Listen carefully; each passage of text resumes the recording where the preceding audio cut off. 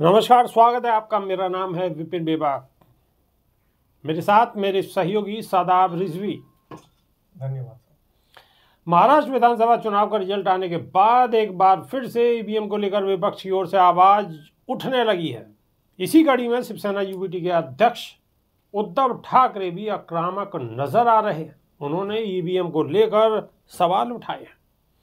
Shiv Sena UBT की बैठक में हारे हुए उम्मीदवारों ने ईवीएम घोटाले पर शक जताया है।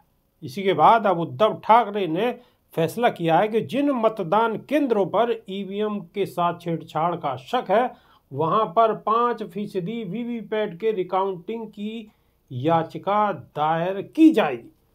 उद्धव ठाकरे ने अपने सभी पराजित उम्मीदवारों को आदेश दिया है कि जिन पोलिंग बूथ पर ईवीएम छेड़छाड़ का शक है वहां पर 5% वीवीपैट की दोबारा गिनती करने की याचिका जल्द दायर करें।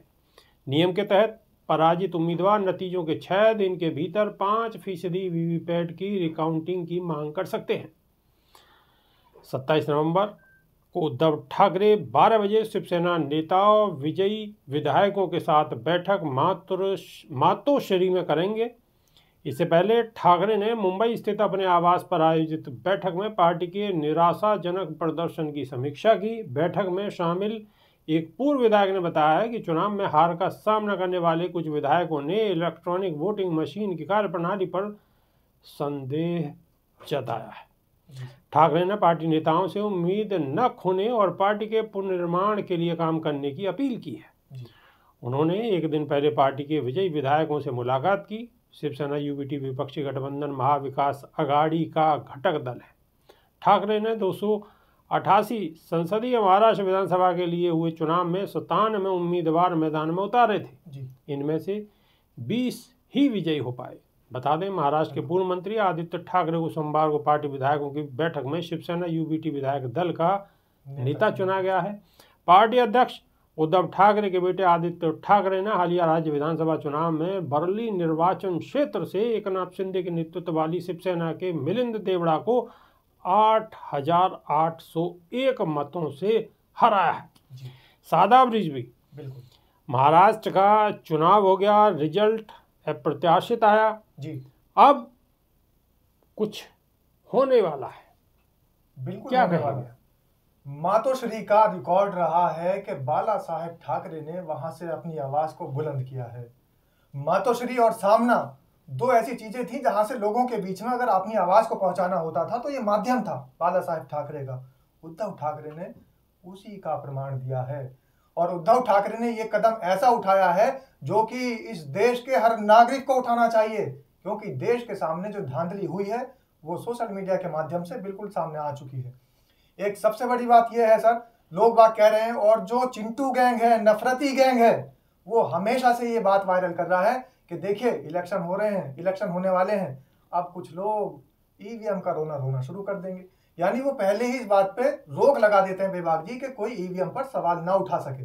अगर कोई सवाल उठाएगा तो उसका मजाक बना दिया गया पहले ही कि अब चुनाव हो रहे हैं और जो हारने वाली गैंग है, हारने वाली पार्टी है, वो ईवीएम का रोना शुरू कर देगी। ये बात पहले कह दी जाती है तो जो लोग ईवीएम पर सवाल उठाने वाले हैं वो भी रुक जाते हैं। एक सबसे बड़ी बात, जब महाराष्ट्र चुनाव हो रहा था और महाराष्ट्र चुनाव में 3 बजे तक वोटिंग नहीं आई थी, ऐसी खबरें सामने आ रही थी कि वोटिंग परसेंटेज बहुत कम है इस बार। पिछली बार की जितनी भी वोटिंग परसेंटेज थी उससे बहुत कम वोटिंग परसेंटेज 3 बजे तक थी, लेकिन 3 बजे के बाद से 2 घंटे के बीच 6 बजे तक ऐसी कौन सी मिशनरी वहां लग गई कि लोगों के बीच कौतूहल मच गया और लोग भाग दौड़ के वोटिंग करने के लिए पहुंच गए और 2 घंटे के अंदर अंदर 60+ % वोटिंग पहुंच गई। तो 60+ % वोटिंग जो पहुंची है वो 3 बजे के बाद पहुंची है। ये भी एक बड़ा सवाल हो रहा है विपक्ष के तरीके से। और एक 99% बैटरी का भी सवाल कई बार उठ रहा है। बैटरी डाउन होने की समस्या ये तो बहुत जगह आ रही है, ईवीएम की समस्या बहुत जगह आ रही है, वीवीपैट की पर्ची नहीं आई इसकी समस्या बहुत जगह आ रही है। एक समस्या ये भी आई थी, आपने बताया भी था, हमने भी बताया था कि एक खुद जो प्रत्याशी चुनाव लड़ रहे थे उनके घर के अंदर 4 वोट थे, उनके 4 वोट भी नहीं निकल पाए, उनके मात्र 2 वोट निकले काउंटिंग के अंदर। तो ऐसी चीजों को देखने के बाद ये पक्का पता चल चुका है कि वाकई धांधली हुई है। लेकिन शर्मनाक बात यह है कि चुनाव आयोग क्या कर रहा है। चुनाव आयोग वो कर रहा है जो कि उसको करने के लिए काम दिया गया है।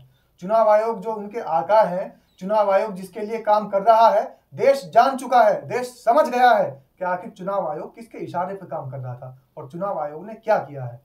ईवीएम का सवाल बहुत पहले से उठता चला आ रहा है, लेकिन ईवीएम बैन नहीं कर रहे हैं, बैलेट पेपर से चुनाव नहीं करा रहे हैं, चलिए ठीक है, लेकिन चुनाव आयोग सारी वीडियोस आने के बाद भी कोई कार्यवाही नहीं कर रहा है, तो साफ जाहिर है कि आपको अदालतों का दरवाजा खटखटाना पड़ेगा।